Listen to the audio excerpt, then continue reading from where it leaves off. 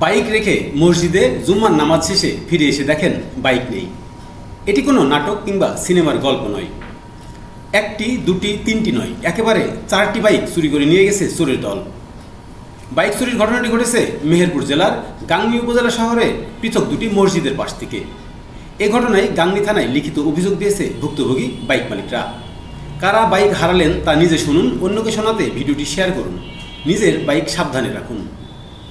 তথ্য বলছে, আজ 16 মে শুক্রবার জুম্মার নামাজ আদায় করার জন্য গাংনী পৌরসভার পল্লী বিদ্যুৎ পাড়ার বিল্লাল হোসেন তার ব্যবহৃত ডিসকভার 125 সিসি লাল রঙের বাইক, যার রেজিস্ট্রেশন নম্বর মেহেরপুর হ 126050, গাংনী উত্তরপাড়ার কাবরানের ফার্নিচারের দোকানের সামনে রেখে মসজিদে প্রবেশ করেন।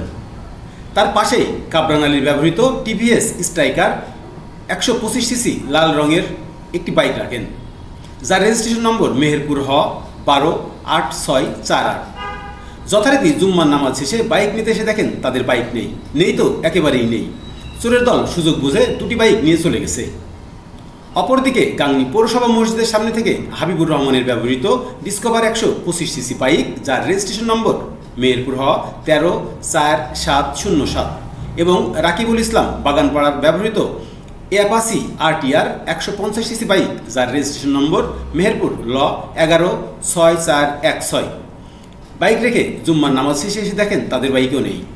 বাইক চুরির ঘটনায় গাংনী থানায় লিখিত অভিযোগ দিয়েছে ভুক্তভোগীরা। গণহারে বাইক চুরির ঘটনায় আতঙ্ক ছড়িয়ে পড়েছে বাইক চালকদের মধ্যে। যত দ্রুত সম্ভব বাইক চোরদের শনাক্ত করে আইনের আওতায় আনার দাবি সচেতন মহলের।